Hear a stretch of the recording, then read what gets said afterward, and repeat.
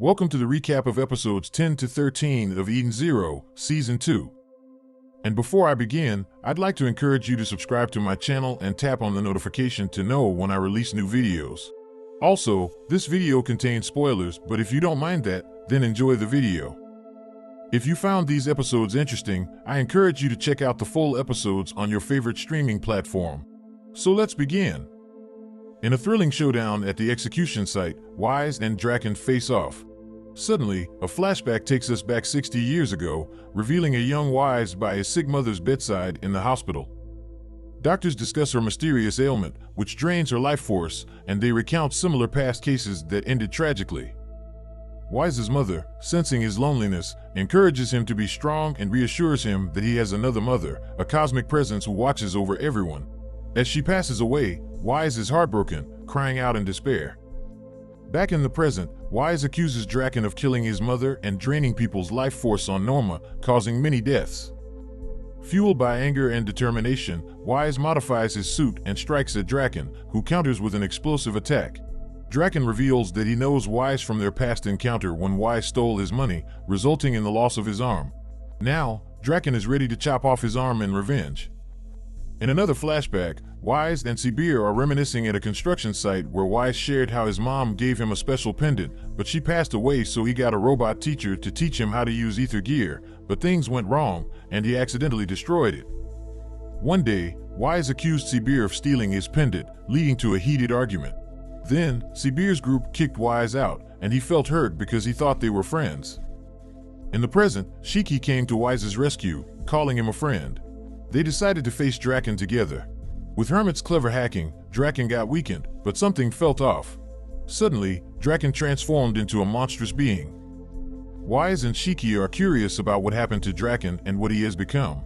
He now has new limbs and uses them to attack people through the Belial Gore. Meanwhile, on the Eden Zero, Sister Ivry notices that Drakken's ether is out of control, so she talks to Hermit and expresses her surprise that he hasn't become weaker as expected. Hermit explains that Drakken's ether is merging with the life force he stole from others. Suddenly, their conversation is suddenly interrupted by Witch, who urgently orders the ship to take off. Sister accuses Witch of leaving Shiki and the others behind, but Witch reveals that there's another problem. The satellite blaze is about to destroy Blue Garden. Drakken appears on a screen, demanding the satellite blaze to target Noah and then kill his own subordinates.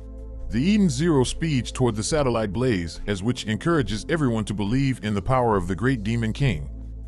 At the life support device, everything is falling apart and Pinot is in danger as debris comes hurtling her way. But then, brave Sibir pushes her out of harm's way, just like her previous encounter with his counterpart had frightened her. Something strange happens to Pinot as she remembers a conversation with Wise from a different world, world number 29, and it confuses her because it doesn't match her current memories. Meanwhile, on the Belial Gore, Rebecca and Happy run into a mutated part of Drakken's body. This strange creature grabs them and expresses a strong desire to have Rebecca's powers. Luckily, Hamura comes to the rescue and saves them from Drakken's clutches. Back at the execution site, Drakken launches a powerful attack on both Wise and Shiki, sending them flying. Drakken reveals that killing Shiki is the key to awakening the cat and points a dangerous gun at the young man. In this intense moment, Shiki recalls a promise he made to Drakken in world number 29. This triggers his true overdrive power, and he vows never to let his friends cry again and faces the mutated Drakken, who is about to attack him. Meanwhile, the Shining Stars notice a strong energy reading and realize that Shiki has achieved overdrive. They turn their attention to the satellite blaze, only to find it protected by a powerful shield. The Witch suggests using the main cannon, but Hermit points out that they don't have enough energy for it. Undeterred, the Witch suggests using their own ether to make up for the shortfall. In another location, Rebecca and Hamura are still trapped by tentacles. Rebecca calls for Happy, who transforms into his powerful Happy Blaster's form, and with Happy's help, Rebecca breaks free from the tentacles and continues to destroy them. Shiki makes Drakken's arm explode with a powerful attack,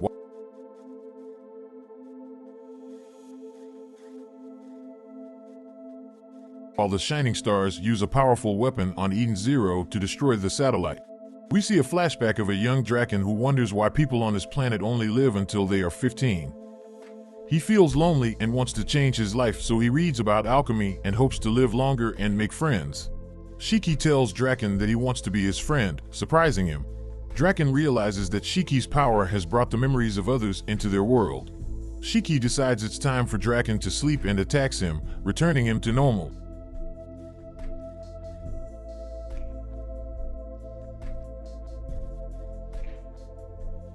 Shiki became normal again while the defeated Drakken aged quickly. Wise held a gun and aimed at the old Drakken, blaming him for killing his mother and others. Shiki tried to stop him, explaining that Drakken couldn't move, so he asked Shiki if he could be friends with someone who took away his loved one's life. Shiki replied that it might take time, but if someone reached out, he believed it was possible to be friends. Suddenly, Drakken reached out his hand, surprising Wise, but he demanded Wise's life. Frustrated, Wise shot his gun but missed. He threw the gun, unable to understand why he couldn't kill Drakken. Rebecca's group arrived, and she was relieved that everyone was safe. Shiki agreed and started crying, promising never to make his friends cry again. With Drakken defeated, Rebecca declared their victory. In the Eden Zero, Hermit wonders about Drakken, and Pino reveals the Interstellar Union army took him. The fate of the Belial Gore is uncertain, but Witch believes it will become a space colony, preserving the residents' lives. Wise receives a pendant from Sibir, thinking he stole it, but Sibir explains he gave it as a symbol of forgiveness. Meanwhile, Labilia and Hamura discover Jin and his sister on the ship, sparking tension. In the ship's park, Shiki's group celebrates their victory, realizing Connor is missing. Rebecca is puzzled as the others don't know who Connor is, leaving her shocked. In Blue Garden, after defeating Drakken and bringing peace to the Sakura Cosmos, the heroic Eden Zero crew gets a big thank you from Noah.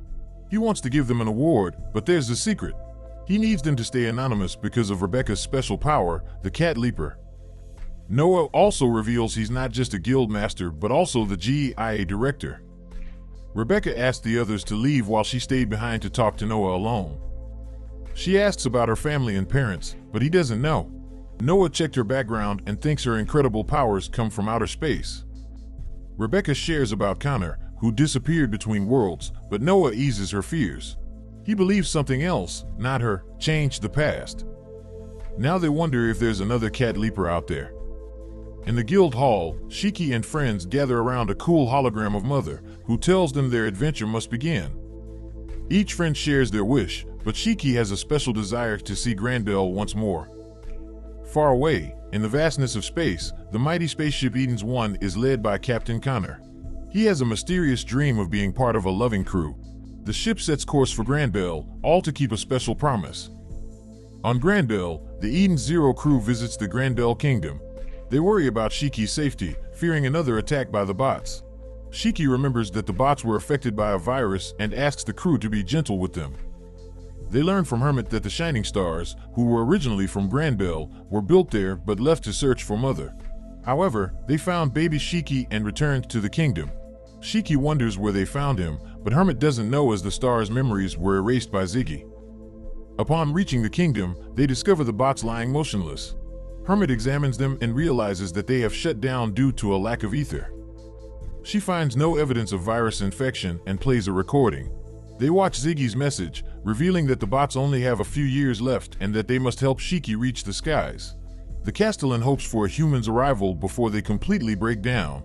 In the next log, Ziggy's plan is set in motion when Rebecca and Happy arrive, pretending to be infected to send Shiki away.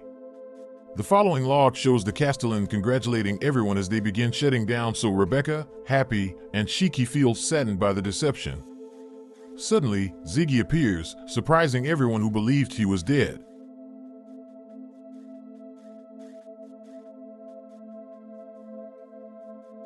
Ziggy appeared and Shiki tried to reach him, but the Demon King used his power to break the ground with strong gravity. Then, Ziggy admitted his mistake of raising Shiki and sending him to the sky and insulted humans as foolish beings. However, he realized that there are some useful humans when the Eden's One spaceship descended from above. So Ziggy proclaimed that the era of mechanical lifeforms had arrived and they would rule over humans. Ziggy asked Pino to join him, confusing the others with his sudden change in attitude. He claimed that Pino was created to obey his commands and demanded her program to surrender, insisting she had no free will. The cute android followed his order and started transferring her command rights to Ziggy, while the others tried to snap her out of it. Shiki wondered if everything was just an act, but Ziggy distorted the land and destroyed the buildings. Fortunately, the crew managed to avoid the falling debris, and Shiki called out to Pino, urging her to decide for herself and choose who she wanted to be with. Touched by this, Pino cried and expressed her desire to go with Shiki and become human.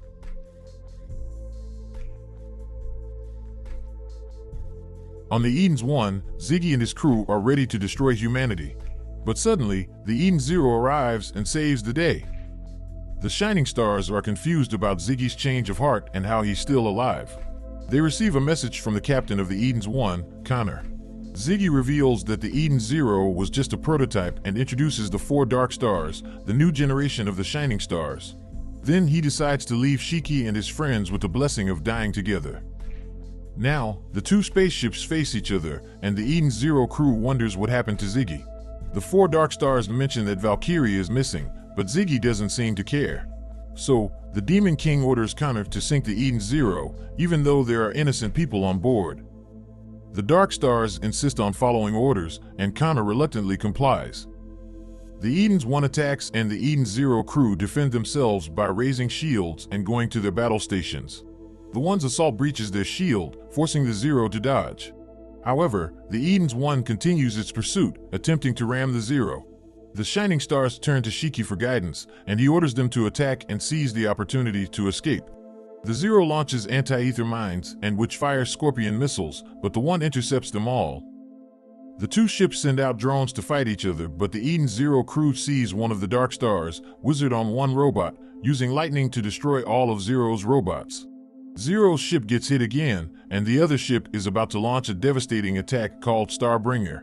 The crew of Zero can't protect themselves, but then something amazing happens. The robots of 1 start disappearing, and then Skull Fairy appears, with Elsie leading the charge. Once the Skull Fairy appeared, Zero managed to dodge 1's attack. Elsie, feeling sad about Ziggy's current state, never expected this to happen. Ziggy commanded them to retreat, knowing they couldn't escape the terrifying pirate of the galactic oration cease at their current level. After Eden's 1 left, Elsie contacted Eden Zero, wanting to talk to them about Ziggy. Inside the luxurious Eden spa, Elsie, Rebecca, and Hamura relaxed in the bath. Rebecca questioned why they had to be with Elsie, to which Elsie explained that bonding while naked was the best way to build a friendship. Hamura then challenged Elsie to a duel, surprising Rebecca since they were both naked in the bath. Hamura prepared her soul blade but hesitated as Elsie lay back without defending herself.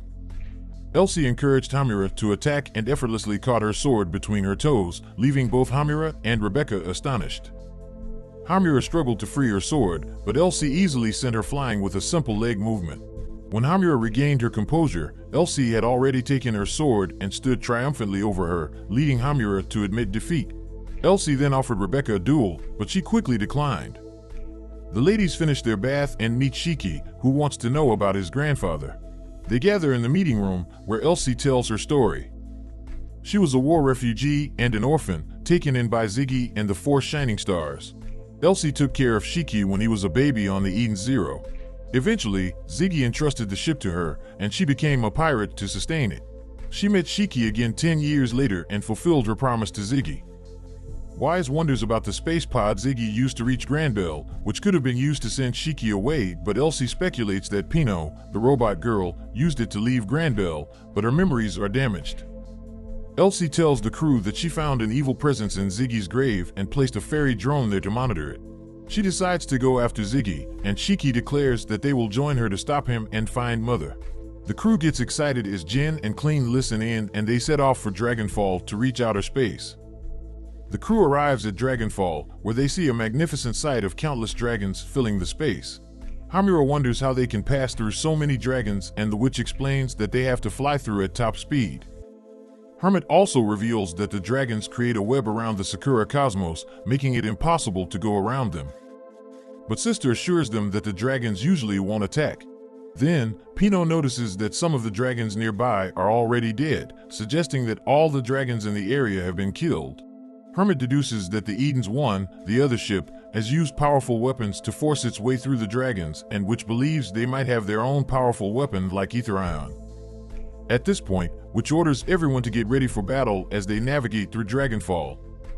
Suddenly, an alert sounds on the ship as a surviving dragon starts chasing them.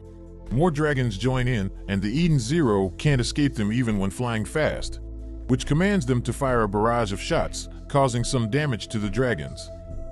Hamura struggles with her aim, but Jin offers to take over because he can't risk the ship being destroyed, which surprised Hamura. But Jin clarifies that he hasn't forgiven her for hurting Clean. However, Clean steps in and defends Hamura, saying she did nothing wrong, and that Drakken Joe is the one to blame. At Clean's request, Jin forgives Hamura instantly. As the chase continued, they activated a powerful weapon called Ether Link Ammo, which enhances their guns using their ether gear abilities.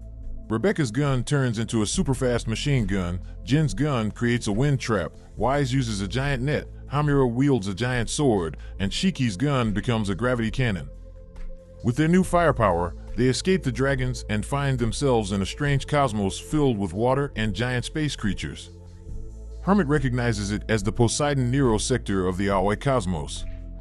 On the ship, the crew observes the cosmos and memories are discussed, which reveals that their memories and records were erased, but they can uncover information in the Aoi cosmos. They set their sights on a place called Red Cave and hope to find more clues about Mother and encounter a member of the Oration Cease Galactica named Poseidon Nero, ending this episode. If you enjoyed this video, please like it and don't forget to subscribe to find out what happens in the next episodes.